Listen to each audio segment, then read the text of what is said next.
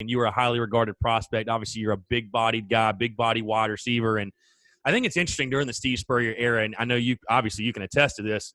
It's funny to see like the teams, the evolution of the teams going from some of the smaller, quicker guys to the bigger, like a guy like you, Alshon. But talk about you get recruited by Steve Spurrier. He's a legend. You know what you're getting yourself into when you play for Coach Spurrier. He's going to be hard on you.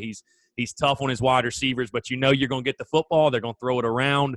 But just talk about the overall recruiting process, what that was like, why you chose South Carolina. What I tell all young athletes is enjoy that process, because it's so much fun when you really connect with your class. And that's something that was a huge blessing, man. When I showed up on campus for my visit, I had Melvin Ingram, I had Terrence Campbell, I had Eric Norwood,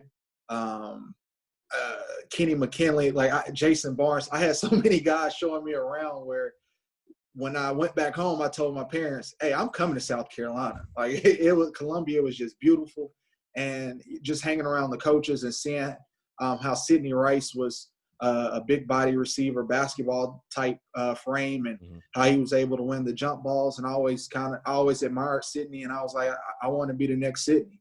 So, with that whole process playing out, it was a match made in heaven. And honestly, it opened up the doors for more Rock Hill, South Carolina guys to come in there, and just it was a pipeline to the NFL. So a lot of people don't know this, but, I was the guy that recruited Stephon Gilmore and Jadeveon Clowney as well. It was something that every time I went home, there was conversations I had with those guys. Like, hey, man, make sure you come 77 South, man. We'll take care of you off Bluff Road. Just make sure you get here, and I got you. And I'm so happy for those guys, because they're doing extremely well in their careers right now.